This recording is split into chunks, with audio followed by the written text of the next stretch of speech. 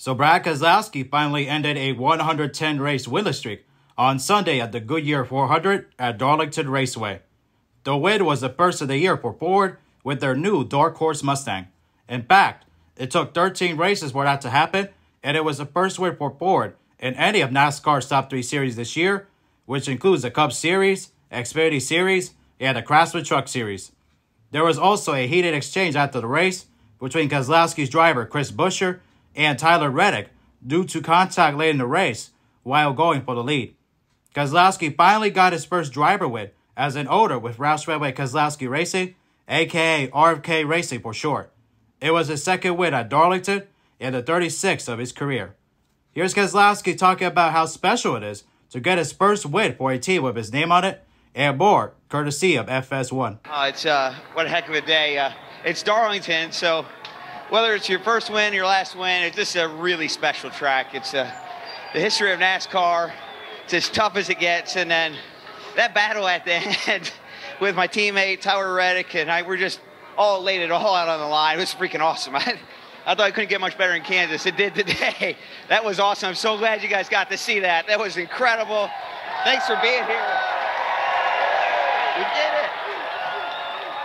Just very great. Keselowski was also asked on the late battle with Reddick if he thought it was over, and more, also courtesy of FS1. I mean, it wasn't good, but I knew that I'd have another shot at it. My car was really good on the long runs. And when Tyler got underneath Chris, I knew I had another shot at it. When they made contact and I couldn't get by, I'm like, oh. And I must have got a flat tire. I don't know what happened. And we caught a break. You know, we've caught enough bad breaks over the last, year or two. It's nice to catch a good one. For 4 straight laps, Keselowski and Reddick were battling side by side for the lead and allowed Buescher to go into the lead on lap 264 at the start finish line. Reddick then got by Keselowski and then chased after Buescher. Keselowski then showed patience and took advantage of what was about to happen in front of him. On lap 284, Reddick's bid for the lead didn't go the way he thought it would. His 45 Camry slid up the track into Buescher's Ford, which pinned it against the outside wall in turn 4. Both cars were damaged as a result and weren't able to keep up after that. Keselowski then took the lead on lap 285. Buescher was still reeling from losing to Kyle Larson in the closest finish in NASCAR history by 0.001 seconds at Kansas in the last race. Then he confronted Reddick on pit road after the drivers got out of their cars. Here's Buescher giving his emotions and thoughts on what happened with Reddick, what he said to Reddick, and more at FS1. We got wrecked. I don't. I mean, that one's clear as day. Don't need any cameras to tell us, but I don't know what to say. We raced each other really clean through the years. Try to be respectful about it, and thanks, Jack. Try to be really respectful about it, and we get used up. It's something that you just know is not going to work. So, just really pissed off about it right now. We certainly had a chance to win another one. Really proud to have that speed. Huge congratulations to Brad and the Six Punch and Castro on their win. That's awesome. But man, I wanted it for our Fifth Third Bank group right here, and I just felt like we got used up. And he knows he messed up. He said it, but it doesn't change anything for us. I told him he's got a win sticker on the door, and we're still trying to find ours, and we get used up like that, take away those opportunities. It's tough. That's 2 weeks in a row we've had a shot to win races, and one I'm going to live in my head forever on what I would have done different, and this one here, I need someone else to be more mature about it. Here's Reddick talking about his side of what happened with Buescher and more, also courtesy of FS1. Yeah, I completely understand where he's coming from.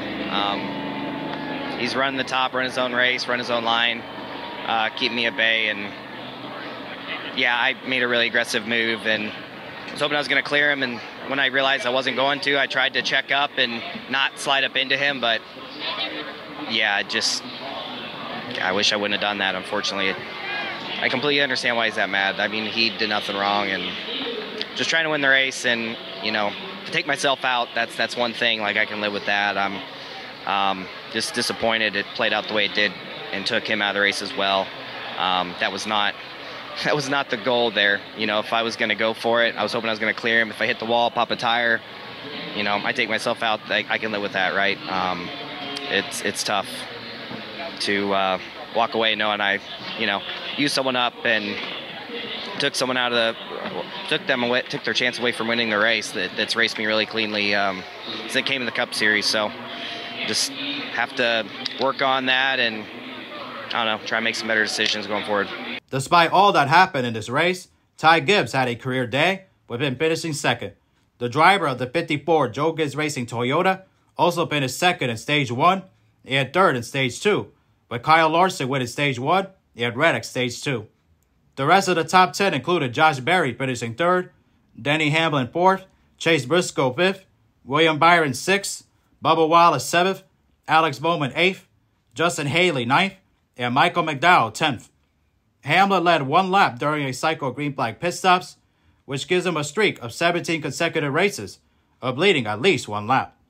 Other notable finishers included Chase Elliott finishing 12th, Christopher Bell 13th, Joey Logano 21st, Daniel Suarez 24th, Martin Truex Jr. 25th, Kyle Busch 27th, Kyle Larson 34th, and Ryan Blaney 36th, respectively. Congratulations to Brad Keselowski on getting the win and ending the long winless streak. It was long overdue and well-deserved on that part as well. He took a chance by leaving Team Penske, which is known for being a highly successful team, known for winning races and championships, to join a Roush Fenway Racing, which was struggling for a lot of years to win races and all that, and wasn't the same team that they used to be when they won championships in the early 2000s.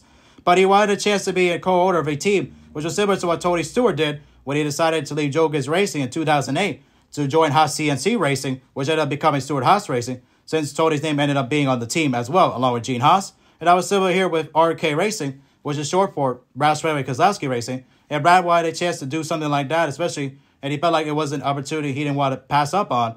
But definitely it wasn't the most successful right away, especially. He hadn't won right away with the team as a driver. He did have some success winning with Chris Buescher. Coulda, woulda, shoulda, Brad did at Bristol, but Buescher ended up winning that race instead. And he's won 3 races as an owner with Buescher as his driver as well, / teammate with RFK as well. But he did win a dual race that year. Keselowski did. So did Buescher. But the thing is with that doesn't count towards the overall regular season standings as far as career wins are concerned, even though it does reward points, which is unique on that part. But Keselowski's last win came in 2021 in April of that year at the Geico 500 at Talladega Superspeedway when he was driving for Team Penske, the 2-car. It's also funny how it was also the last year of the Gen 6 car, which because the next Gen car / Gen 7 car debuted the next year in 2022. So it tells you how long ago it's been since he last won. But he wanted an opportunity like this to be able to help a team that had been struggling for a lot of years get back into victory lane. But he didn't have that best year in that first year. He didn't even make the playoffs that year in 2022. But he knew that it would be a rebuilding process, especially. And Chris Buescher's had a lot more success with the team driving for them since Brad took over, especially how crazy the thing also that it'd been that long since he won, especially having, like I said, been in championship equipment, winning races and championships with Team Penske especially. But to really take this chance, he wanted to have a chance to make a team better, and they have been running great lately, especially with Chris Buescher having close calls, especially almost winning at Kansas in the closest finish ever there, losing to Kyle Larson by an inch essentially. And unfortunately, what happened with him at Darlington as well, with Tyler Reddick there as well there. But like I said about Chris Buescher, he's definitely going to have a chance to win more races if he keeps running the way he is. Like I said in that Kansas video, he's going to be fine and all that, and he's definitely going to be getting closer to winning races as well there. But definitely also a long time coming for the 6 as well. The last time the 6 won was in 2011 at Daytona as well, the Coke Zero 400 with David Ragan driving in that incredible UPS pace scheme, getting his redemption from losing the Daytona 500 earlier that year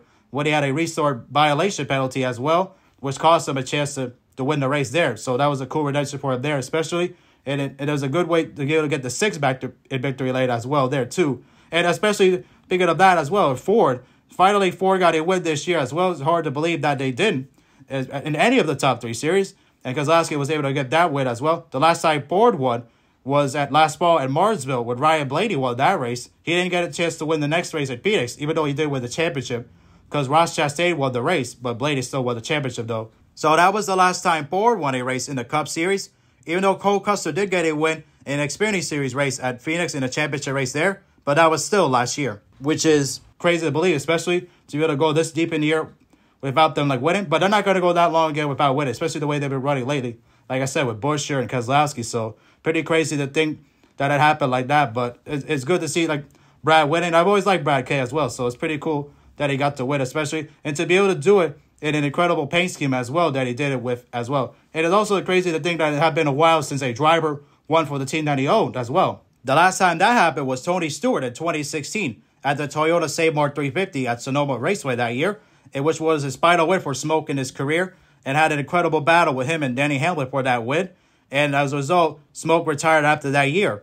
And he is also in the Hall of Fame as well. And I think Keselowski will be in the Hall of Fame one day as well, no doubt. But what an incredible paint scheme Brad ran at Darlington, especially throwing it back to the Castrol Tom Supra, that 36 car that raced at the All Japan Grand Touring Car Championship, or JGTC, which is a very iconic car, especially being known for also being in video games such as Gran Turismo in that franchise as well. Most notably being in the game Gran Turismo 3, but has appeared in a number of games throughout the history of that series. It is an incredible car that you can drive in the game anytime you want. So that's pretty cool that he did it with that paint scheme. Kind of funny also that he ended up doing it with the paint scheme, throwing it back to a Toyota, especially since Ford hadn't won all year. She was like, oh, it had to be a Toyota, the paint scheme, that he ended up using it to win because, you know, Ford hadn't won all year, especially how successful Toyota is and all that. But definitely, it would have been funny to see like how it would have been like if it was on a Toyota and all that. But still, like, it was still a great win nonetheless for Keselowski to be able to do that. Like I said, long time coming for him, especially. But yeah, speaking of the throwbacks of the race as well, but it's definitely disappointing that there wasn't as many teams that did the throwbacks this year that you normally would see do it. A lot, I guess, well, over the years, you're going to see a lot of like paint schemes that have already been done, and maybe at some point they might run out of ideas, but I hope they don't, because it's a great weekend to be able to honor the sports history and all that. So not have any more like throwbacks would be terrible. But yeah, this is probably like one of the weakest years for like a lot of teams to do throwbacks, especially. But there was good throwbacks in the race, especially with, you know, Larson's pace keep there as well and all that. But definitely, I wish more teams would have participated, but I get why they didn't. It is what it is there, especially. But still, though, what a great way, like I said, for Keselowski to be able to do this and all that. And it's just a well-deserved win. And congratulations to him and Ford and Jack Roush and John Henry and everybody there, like at RFK Racing, especially to be able to do this, especially to be able to do it on that weekend, especially with Brad and his family's all there and all that. It's just a great moment, especially how he always celebrates with the American flag and all that. And it's just pretty incredible as well. And it was, like I said, a long time coming for him, especially. Even Clint Boyer said on the FS1 booth that Brad was like 5 times that he was a bridesmaid, especially, which means that he was second a lot of times. So definitely a great win for him and well-deserved. Anyways, hope you guys enjoyed. Don't forget to leave a like. And if you are brand new, subscribe. And we'll see you guys in the next video. Peace.